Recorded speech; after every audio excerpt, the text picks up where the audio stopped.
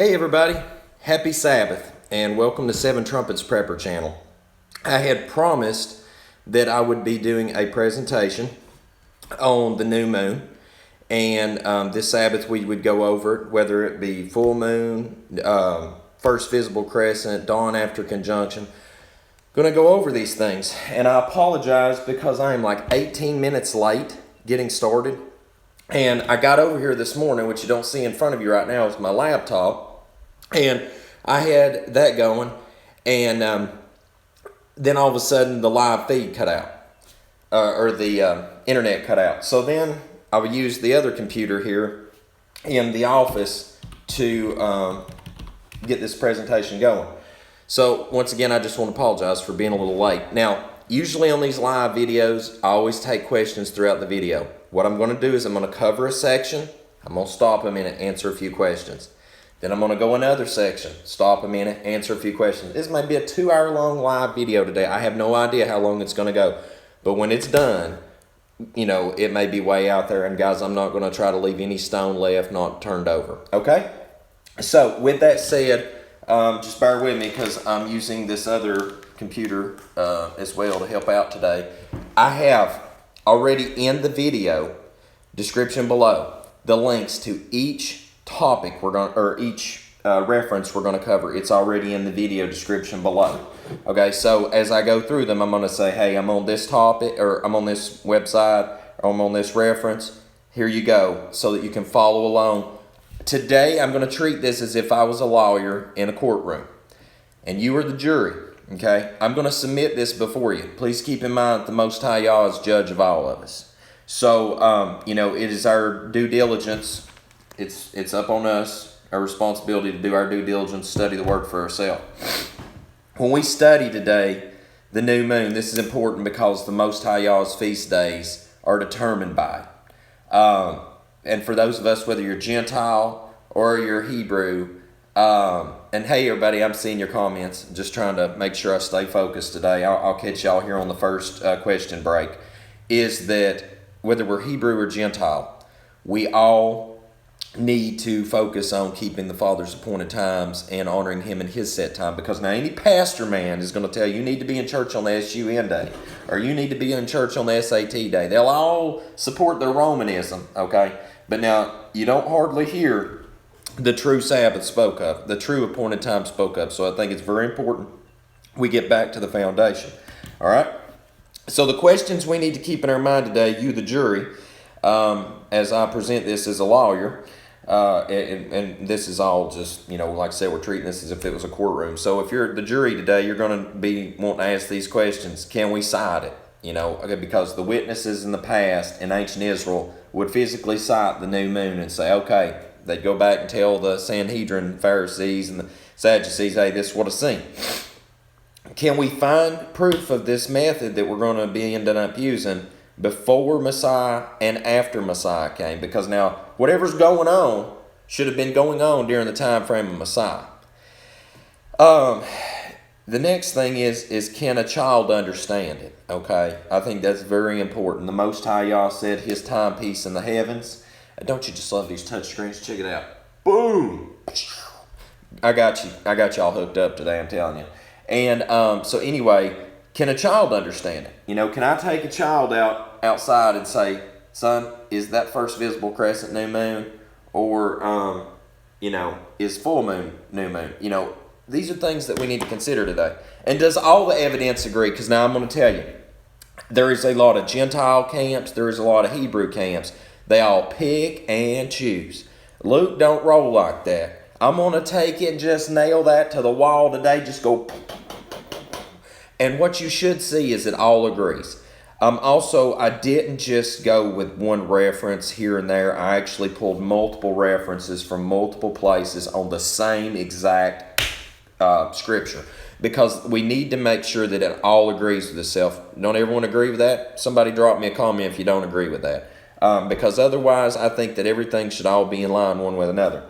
Now, before we go into the ones that I have online here, okay, and then you can start pulling it up, let's go to the word real quick, because there's really, if you ask scholars in the lunisolar scriptural community, if you ask Hebrew Israelites, if you ask Gentile convert that's joined themselves Most High Yah, myself, if you ask anybody, the reoccurring theme is there's only one scripture there's lots of scriptures. There's hundreds of scriptures that talk about Sabbath and new moon, Sabbath and new moon.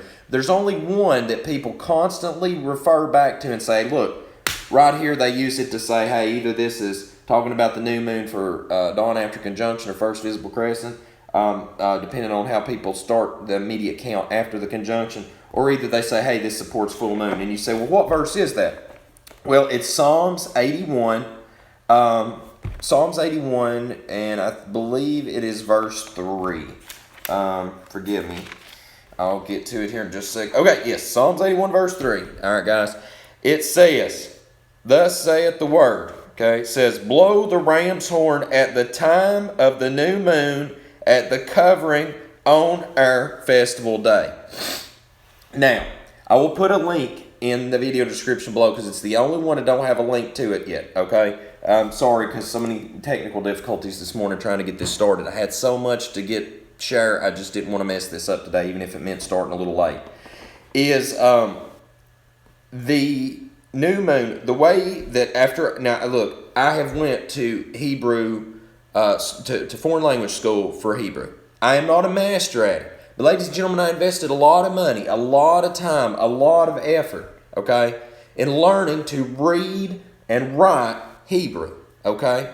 I spent a lot of that time in the classroom completely and solely focused on ancient Hebrew writing, okay? Now, I do not know a lot about Paleo Hebrew. I did not go that route, okay? But looking at the Hebrew, this is how I would read that, okay? And the scripture is no one's private interpretation. I'm like I said, I'm telling you from knowledge of what I know from reading Hebrew. This is how I would translate that, and I will put a link in there so that you can see also, like from a Strong's Concordance example, for someone that's not familiar with Hebrew, how that you can pull that up and look at each individual word so you can compile that together as it should read. All right.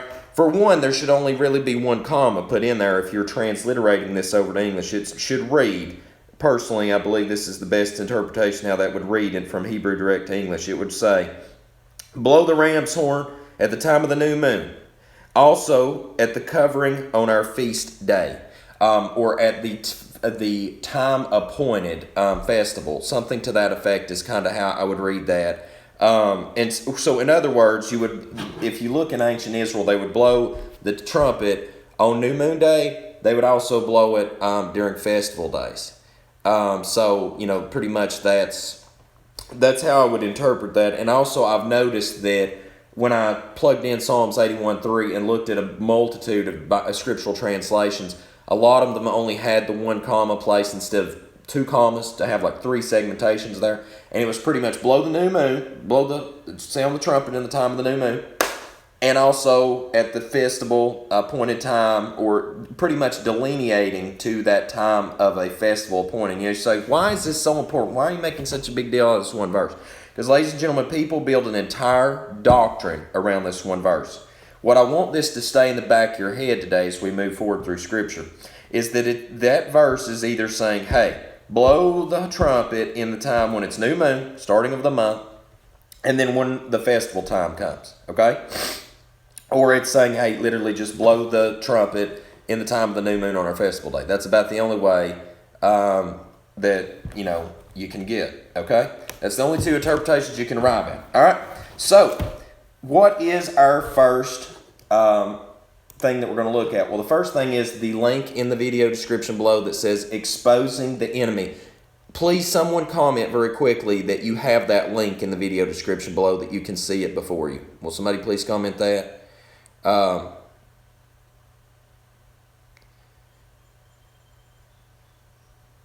Is anybody, can somebody please drop me a comment real quick and say, hey, I've got that same link available to me in the video description below? Yes, thank you. Bless you. All right, so this is exposingtheenemy.com. It's a great website. Now, once again, ladies and gentlemen, some of the stuff that I share, I'm not going to say that I agree with every single word, line item of, what somebody says. All right, thanks everybody for sharing that. But what I'm saying is that you have to go in the mind, and you have to mine truth wherever you can. Ladies and gentlemen, when I started my walk out of Babylon, I looked at stuff the Catholics said, I looked at stuff Seventh-day Adventists said, I looked at stuff everybody said, all right? And I took what I could match with Scripture out, okay? Because Luke don't want to do what Luke wants to do. I just want to do what the Most High Yah wants to do, and that should be what you should want to do too. Because, guys, I'm done with the world. I'm done with this man's doctrine. I'm done with these camps, whether it's Hebrew or Gentile. I'm done with them all, okay? We need to be, what does it say at the Word? All right. So this gentleman that we're looking at right here, I'm going to zoom up. This is a drawing of Philo. Okay, this is a sketch of him. Now, this gentleman lived during the time of Messiah. Okay? So, it would be wise to understand that not only did this man live during his time frame, but he lived after him. Okay, so whatever went on in this time, this man also was appointed by the Hebrew people after that, the great events such as Titus coming and destroying Israel, things like that. I mean, this guy had a prominent place in the hearts and minds of the Hebrew Israelite people. So, ladies and gentlemen, you don't get put above the people unless you just literally on top of your game, right? Philo, Philo is this gentleman's name. Ladies and gentlemen, I'm paying attention to what y'all are commenting to. I'm just going to answer this stuff. We're going to take breaks, okay? All right, so anyway, as we go down through here, all right, and we look right here, I want to read from some of his comments. And please read the whole thing. I'm just trying to pull some of the most prominent ones. Give me just a moment. I apologize because everything had to reload. Okay, so here's one of his writings in the special, and once again, please keep in mind we always got to go off the word, but I'm just using this here for reference because we're going to get into Scripture in a minute, okay? But this is from his time frame. He wrote this in the Special Laws, page 178. Philo writes, "There is one principle of reason by which the moon waxes and wanes in equal intervals, both at its increases and diminishes in illumination." What he's saying is, as from the time starting at the conjunction or at the full moon, that's when that's what he's talking about right there. The increasing dimension, that's the high and low points. Okay, so. With that in mind, for my brothers and sisters that keep full moon, one thing we've had this conversation and nobody's disagreed with one another is that is when the moon, that is like the two break points that it's like, hey, it's either got to be the full moon or it's got to be conjunction. It can't be any of this other stuff in between. All right. Well, as we continue to read, it says the 7 lamp, because it receives the perfect shapes in periods of 7 days, the half moon in the first 7-day period after its conjunction with the sun, okay? Full moon in the second, and when it makes its return again, the first is to half moon, then it ceases at its conjunction with the sun, okay? So there you go. Very, very simple. Right here, and you can read the commentary on it, because a lot of this commentary would be as if I literally said it myself. No issue with agreement. It says, a half moon first quarter announces the first Sabbath of the month. It is the 7th day of the week, naturally, but this is the 8th day of the month. And why is that, everybody? Because new moon day is a day by itself. Then we count 6 work days and then a Sabbath. So as you count that hash mark off, you're going to have these quarters, okay? So the full moon at the end of the 14th day of the month announced the 15th as the second Sabbath of the month, and so on, and it goes on down through here. And now we talked about last month how that the calendar is, and I'll cover this further on the Creator's calendar. All right.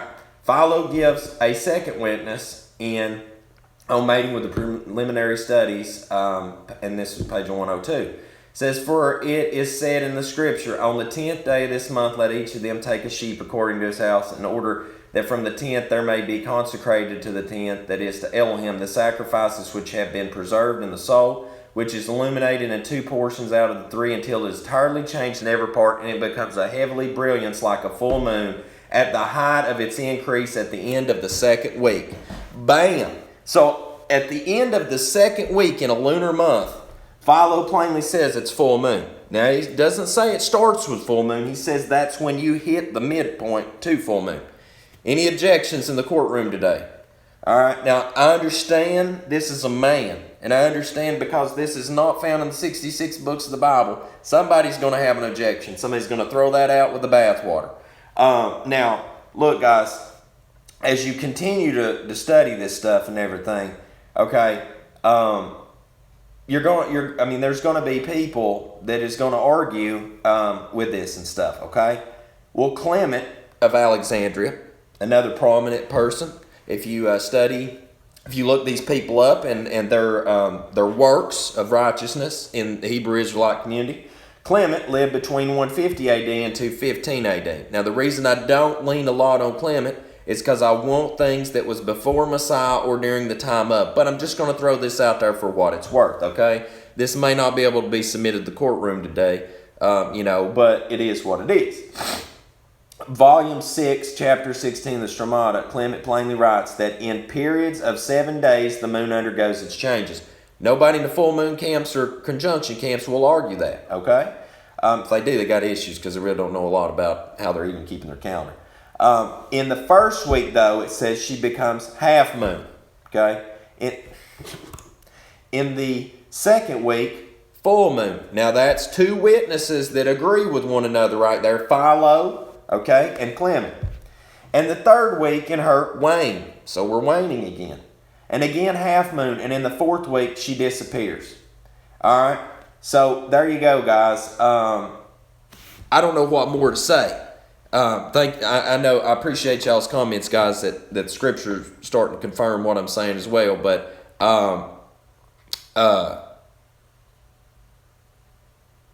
this is two witnesses of the people of the seed of Abraham. Okay? So it's important I always go first to his people, okay? His treasure, the Most High Yah's treasure.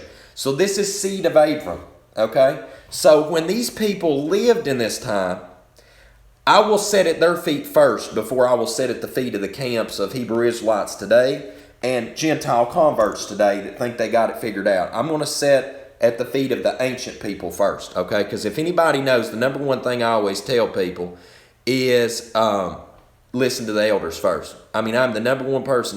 You always hear me preached it for years. I've preached it. Submit your authority to the elders. Well, here's the elders, and they just told me how to do things. Okay, so this is the first evidence I have submitted to you today. Now, I want to pause for just a second, and I want to ask: has anybody got a question? Okay, because now I know once this goes public, I'm going to have to answer them down in the comment section if people ask stuff, but I'm trying to catch you guys live today that's here. Has anybody got a question as far as what I've just said and reviewed with those? And you can review so much more information. I'm just trying to pull the heart of the matter because we're at 17. I'll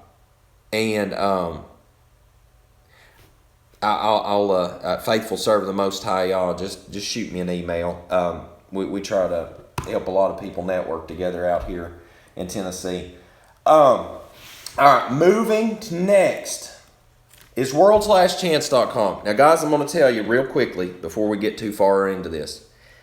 I have done the dawn after conjunction thing for a long time with World's Last Chance. I've never really felt comfortable about it. I keep coming back to the fact that the Scripture teaches that, the more you see these things, like I think it's page 401 or 410 in the Jewish Universal Encyclopedia. It says that the new moon was and the Sabbath once was something. The Sabbath once was, and the new moon originally connected to the sighting of the new moon or something to that effect. And I'll put the link in the video description as well what I'm talking about, because that's the other thing I didn't put in there this morning, guys. I apologize because I had so many technical difficulties. But anyway, it talks about that once that the new moon was sighted, they would light torches, and from there it would carry the message to other people, far distant communities. You have to see something in order to, see a lot of people say that they go by the first visible crescent. Guys, it's saying that I'm buffering a little bit, so I apologize if that's the issue today. But yes, I am going back to the fact that when I see first visible crescent, then I'm going to, the first sliver of anything, then when I sight it, then the next day I'm going to keep new moon. I can't do this conjunction thing anymore, or the dawn after conjunction anymore. That's where I'm at with it. Because when hard times come, I can't look on a piece of paper constantly and be like, well, new moon's tomorrow.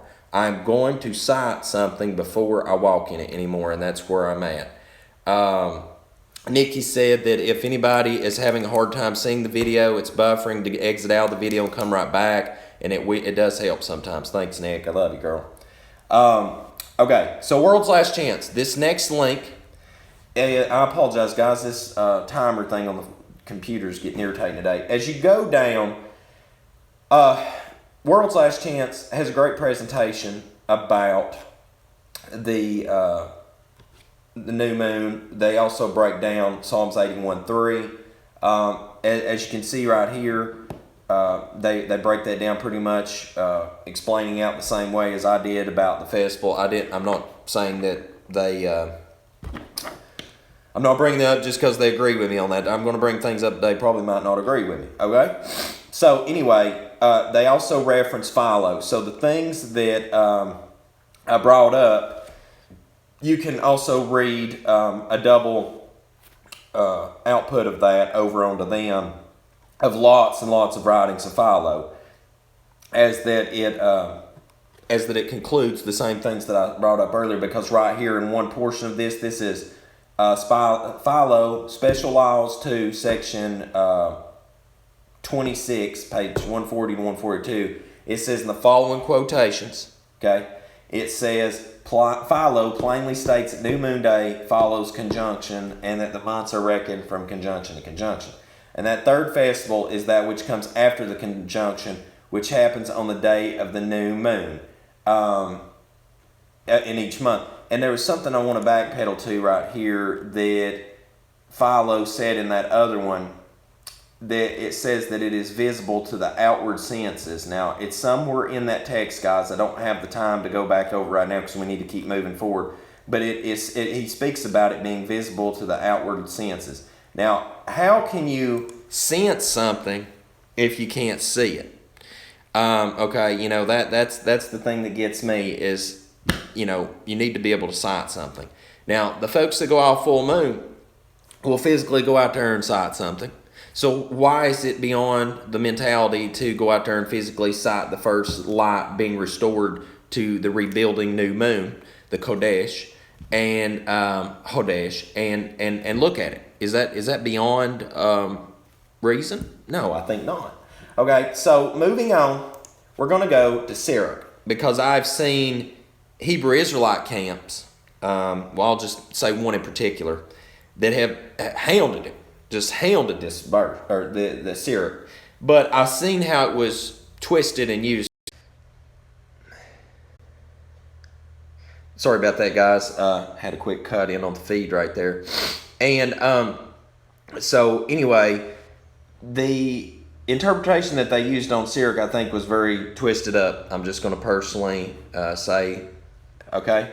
So anyway, if we go to the next link, which is Sirach 43, all right, and if you want to study about these people, I'm going to put individual links so that you can pull up and understand about these people in their time frame in which they lived before and after Messiah as well, okay? All right, so it says that there is also the moon marking the passage of time.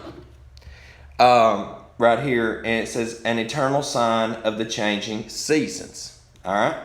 The moon determines the holy days. It grows full and then dims, okay? It don't dim and then grow full. Let's read that again. Its light grows full and then grows dim, okay? So if it started full, it's going to dim. But it says it grows full and then dims, okay? That's going to be in line with everything we're going to continue to read in Scripture in a minute too. All right? It says the month is named after the moon, marvelous to watch as it grows fuller each night, a signal light for the heavenly armies shining out in the dome of the sky. Bam! Can you believe that? There's that firmament dome. I'm not going to cover flat earth today, okay? I'm just pointing that out right there. It literally says dome of the sky. You can't make this stuff up. Is that not awesome? So anyway, for guys with the flat earth movement, right, here's another one to stick at the globe folks, because they just can't handle it. They can't handle it when you find the flat earth firmament in Scripture, okay? All right. So anyway, next up, moving on to the next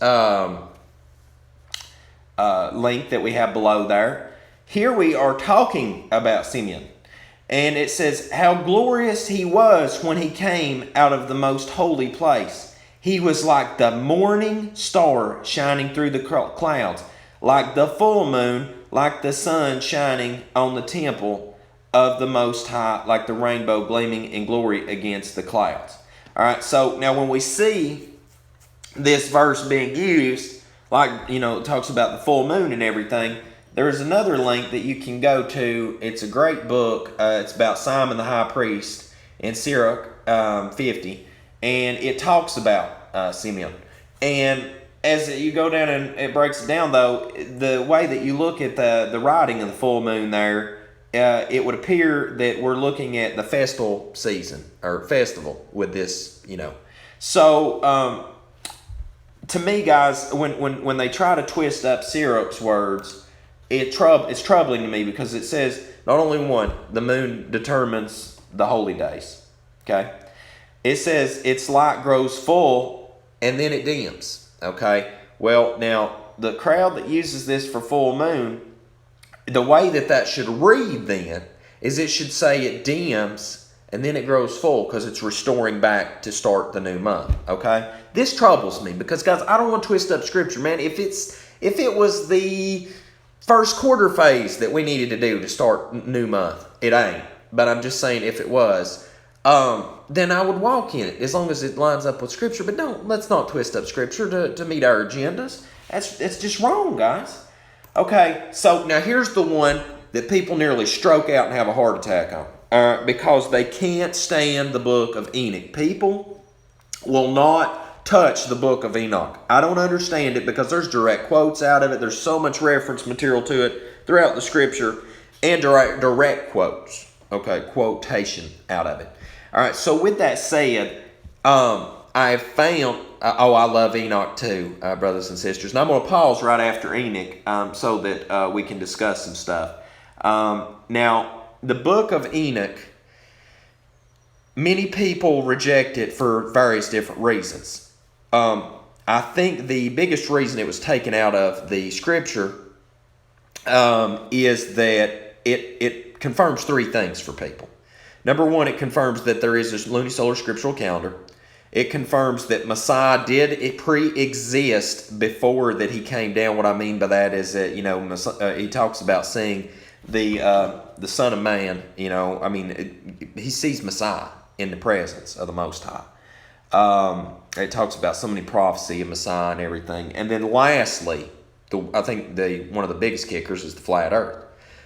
People can't handle that, because, boy, you want flat earth 101, you just come on over to the book of Enoch. We'll fill you up. All right, so if you look at the link that I put below, this is chapter 77, okay? And Faithful Witness, just connect up with, we're always glad to network with everybody. In 77, it talks about that as you read this here, the first verse down to the 17th verse. I'm going to read this through, okay? So when I read this, you just, you know, I'm going to pause after this, and you can put your thoughts in on this, okay? Because I'm going to take a question and answer moment here, okay? It says, and the names of the sun are the following. The first, Ogeres, and the second, Tomas, and the moon has four names. The first is Asanya, the second, Ebla, the third, Benes, and the fourth, Hera.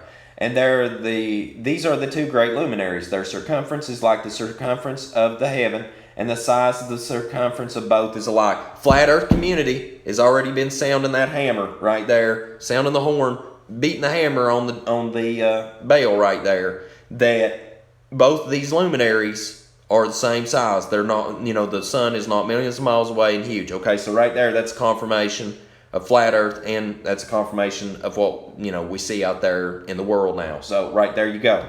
Okay, In the circumference of the sun, there are 7 portions of light which are added to it more than to the sun. Okay, well, the moon is the lesser light, so there you go. That goes with Scripture.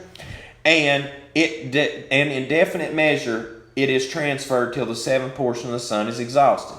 And they set and enter the portals of the west and make their revolution by the north. Okay, north is the center point on the flat earth. Here they come around it. Here we go. And come forth through the eastern portals in the face of the heaven. And when the moon rises, 1/14th part appears in the heaven. The light becomes full in her. Everybody ready for this? On the 14th day she accomplishes her light. Okay, so that says right the opposite of what the full moon teaching says. All right. And 15 parts of light are transferred to her till the 15th day. Her light is accomplished according to the sign of the year, and she becomes 15 parts. And the moon grows by the addition of 14 parts. And in her waning, the moon decreases on the first day to 14 parts of her light, on the second to 13 parts of light, on the third to 12, and on the fourth to 11, on the fifth to 10, on the sixth to 9, on the seventh to 8, on the eighth to 7, on the ninth to 6, on the 10th to 5, on the 11th to 4, on the 12th to 3, on the 13th to 2, on the 14th to a half of a seventh. All her remaining light disappears wholly on the 15th. And in certain months, the month has 29 days and once 28. And guys, that's the only thing that's left that I don't understand right there, that 28 deal. I'm still trying to figure that out, unless it's being counted the Feast of Trumpets Day, because it's it's a Sabbath plus a new moon day. That's the only thing I can figure with that, okay? But moving on. And Uriel showed me another law, when light is transferred to the moon, and on which side it is transferred to her by the sun, during all the period during which the moon is growing in her light, she is transferring it to herself when opposite to the sun during 14 days. Her light is accomplished in the heavens. And when she is illuminated throughout, her light is accomplished full in the heaven. And on the first day she is called new moon, for on that day the light rises up on her. Okay? She becomes full moon exactly on the day when the sun sets in the west, and from the east she rises at night, and the moon shines the whole night through till she rises over against her, and the moon is seen over against the sun.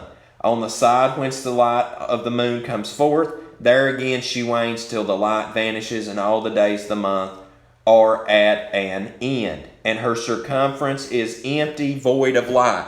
Let's reread that. And it is written, there again she wanes till all the light vanishes, and all the days of the month are at an end, and her circumference is empty and void of light. And 3 months she makes, of 30 days, and at her time she makes their months of 29 days each. Okay? So anybody that's doing 28-day thing, it's not working. Okay? All right? And in which she accomplishes her waning in the first period of time and in the first portal for 177 days. And at the time of her going out, she appears for 3 months of 30 days, and for 3 months she appears at 29 each. At night she appears like a man for 29 days each, and by day she appears like the heaven, and there is nothing else in her save her light. All right? So, there you go. And I agree, guys. Most of the Scripture, pretty much the Scripture has not been compromised, because if you look at the texts that have been saved in Qumran, and you looked at them compared to Scripture today, is pretty much line for line. So now, look, we can what ends up. This is going to be my final appeal to you, the courtroom, and to the jury today, is that what we have seen put before us through a cloud of witnesses of Scripture and of those of the ancient Hebrew Israelite people before a complete destruction and then dispersal of them, is that the new moon began at some point past conjunction. That many may argue dawn after conjunction. I'm leaning from now on first visible crescent to follow the next day as new moon day. Okay?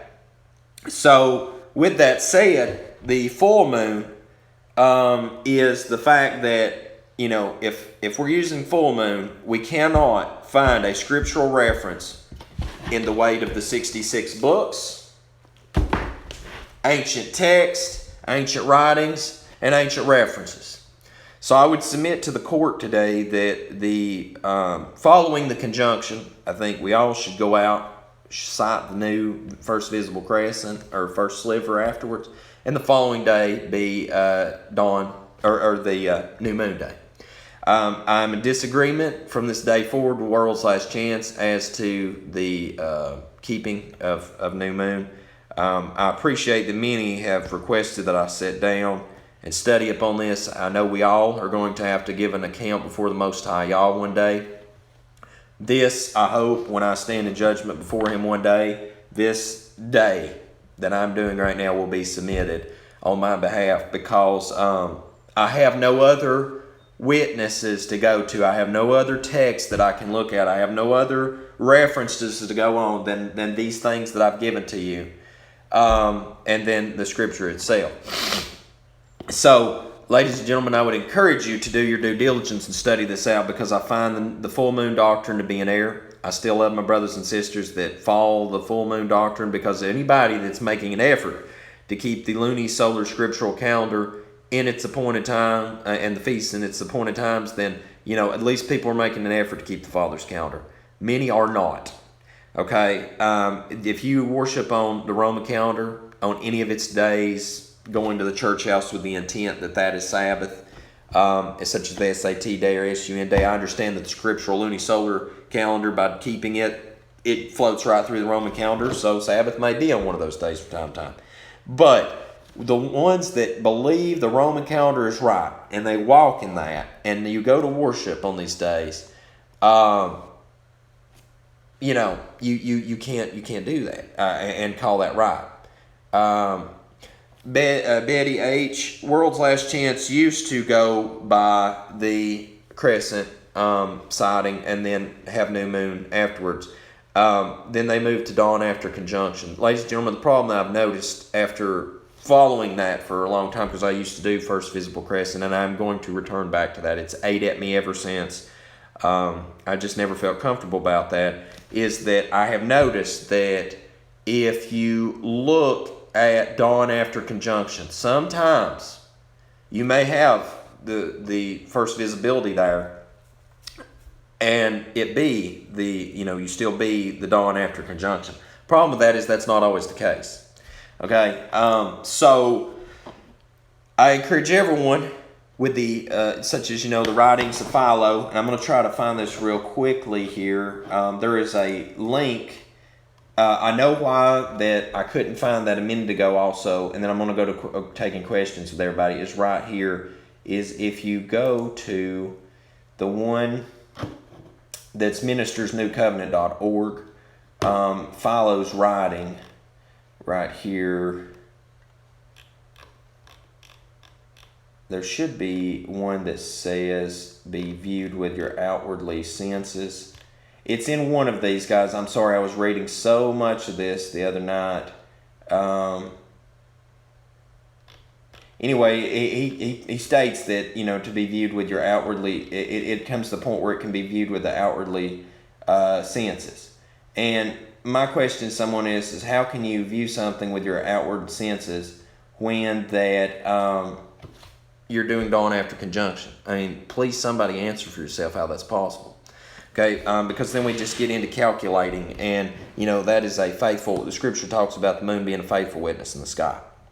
So I hope this has been helpful to everyone, and I hope that the evidence I've submitted to you today puts a lot of clarity out there, because I see so many camps, Hebrew and Gentile, messing around with only saying a bit of piece of this verse, or making sure to say it in the way that they want it to be said. I just want to read it for what it is and call it like it is, right? So at this point, I'm going to take the next 10-15 minutes, or ever how long it needs to be, and I'm going to start answering questions for anyone. So at this point, guys, go ahead and start firing away. Who has a question, in regards to anything that I've submitted today, rebuttals or anything like that, because I'm going to read your question or comment, and then I'm going to answer it, because after this goes live, people that's watching is going to be like, what in the world was the person's question they asked? Because they're not going to be able to see the comments going by, so I want to make sure and answer it. So go ahead. Who's got the first question? Go ahead and fire away. I'm listening.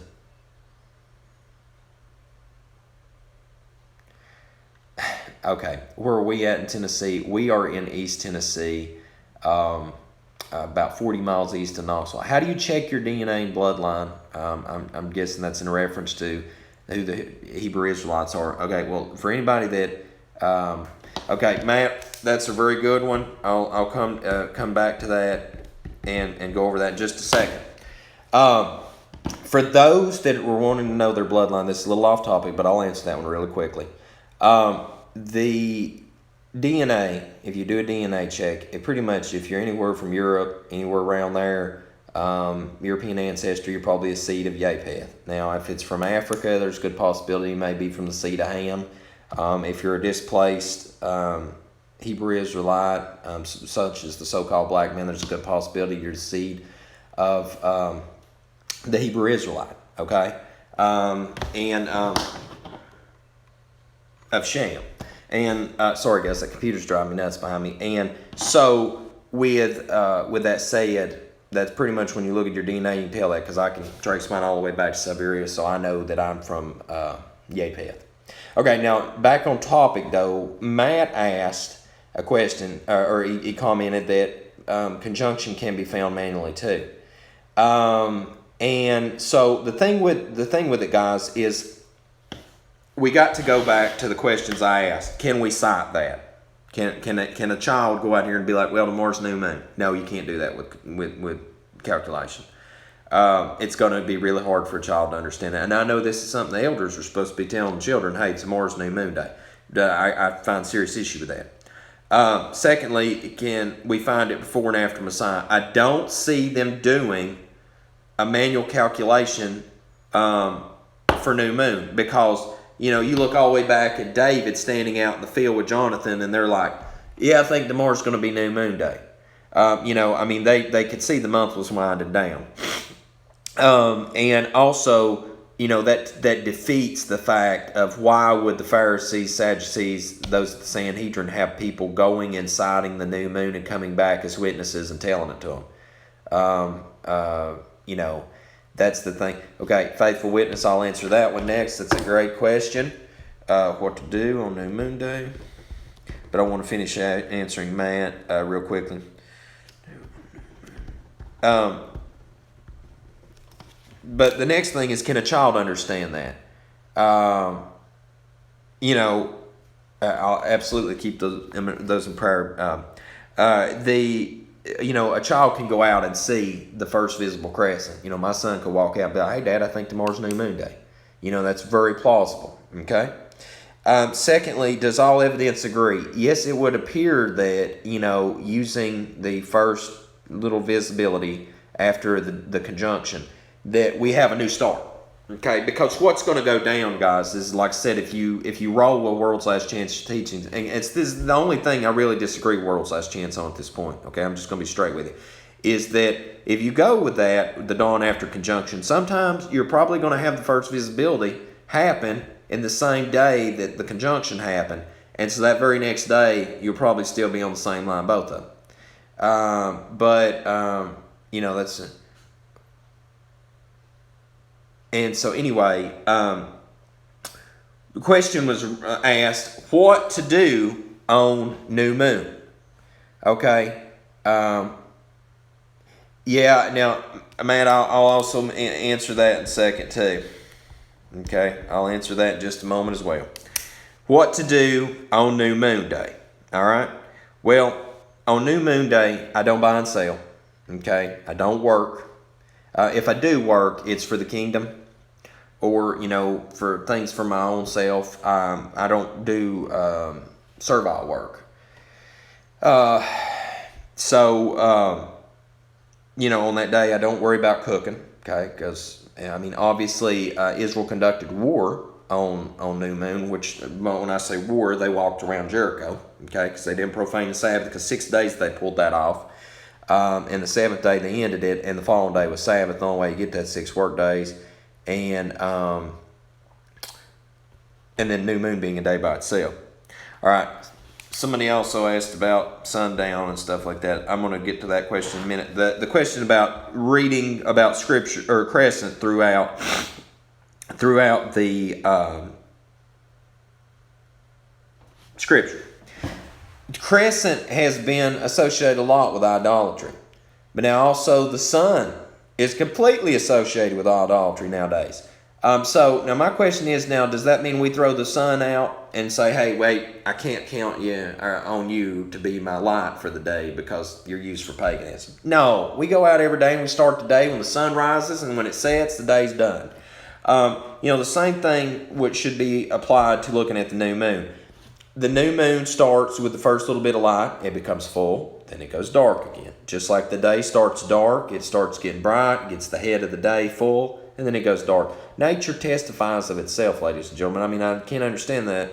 Is why would we do the sun rising, and then it gets full, and then the day ends, but yet the moon, we start with it full, then goes dark, then gets full again. I mean, somebody help me out there. I can't justify that. That's like doing 2 different patterns. But if we both count both the lights in the heaven, the greater light and the lesser light, if we count them as, hey, they start dark, they get full, then they get to their brightest point, then they diminish again. It makes sense. They both follow the same type pattern.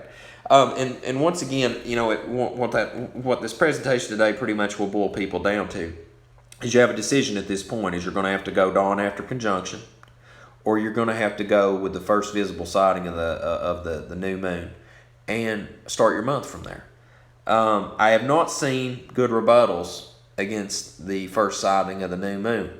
And I just can't abide in the dawn after conjunction anymore until further proof is to me.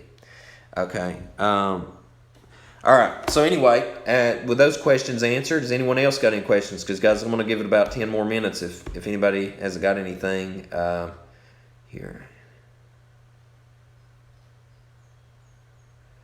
Okay, the evening, people starting their day with evening. Ladies and gentlemen, I'm going to do a study on that, and we'll do the same thing, present the evidence. But if you will find throughout Scripture that a day begins with dawn and it ends with dusk. Okay, they used a sundial in ancient times to keep time, folks. It would be redundant. I don't know if that's the right word. No. It'd be ridiculous to have a sundial in your yard to hash off the hours of the day and then start the day with dark. Just saying. Something that I do want to point out to everyone in this video today that I didn't think about earlier in the presentation. I'm sure lots of other things will come to mind afterwards. Something a lot of camps out there, Hebrew and Gentile, have brought forth is the solar eclipse that took place at Messiah's crucifixion. First off, a solar eclipse doesn't very last long. Okay, we're talking minutes time frame, not hours. Now, I know the Most High can do anything He wants, so please just bear me for a few moments on this, okay? If that the Most High wants to darken His lights, He can darken it anytime He wants to, okay? Because you can email us at 7trumpetsprepper@gmail.com, okay? Is because when the trumpets start and we see a third of the sun, moon, and stars darkened, the Most High can do that. Okay, so the fact that the lights were darkened during the crucifixion doesn't take away the fact that He can do this anytime He wants. So it doesn't exactly make that the fact that, hey, it's solar eclipse. It may have been, but it could have been done. I mean, it could have been made to have that effect. So what I'm saying is, guys, is the cloud of witnesses that we have, Sirach, Philo, Clement, Book of Enoch, I mean, we can just keep going down the list, is all these witnesses match up with what each other's saying. Okay, there's not an issue, there's not a, well, I think it's this, or I think it's, no, everybody's like, this is this, and it's line item every time the same thing. So, I mean, it comes a point where you just have to put put the full moon doctrine away. Okay, that's got to go. The second thing, because it's a compound problem, the second thing is now everybody's preaching with the restarting of the new month. Is it dawn after conjunction, something we can't physically see? Or is it the first visible crescent and follow thereafter? Okay, so, I mean, that's what the person has to ask at that point. Okay, and you've seen my evidence in a minute. So, I'm going to wrap this up pretty much. Guys, anybody got any other questions before we go?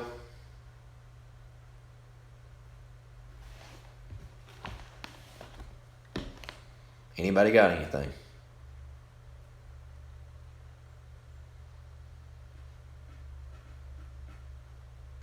Okay, so with that said, guys, I hope this presentation's been a help to you. So anyway, I'm going to be in California, most likely, I think it's next Sabbath. I may still be here one more week. I've got to look at the schedule. But for those that want to contact me, you can contact me at 7, the number 7, and then it's trumpetsprepper@gmail.com. Okay, and so anyway, I'll be out and about here a little bit, but when I get back, I guess one Sabbath I will do a presentation on the dusk and dawn, when a day starts. And so I guess that's where we'll go from there. And if anybody has a question, first visible crescent on a cloudy day.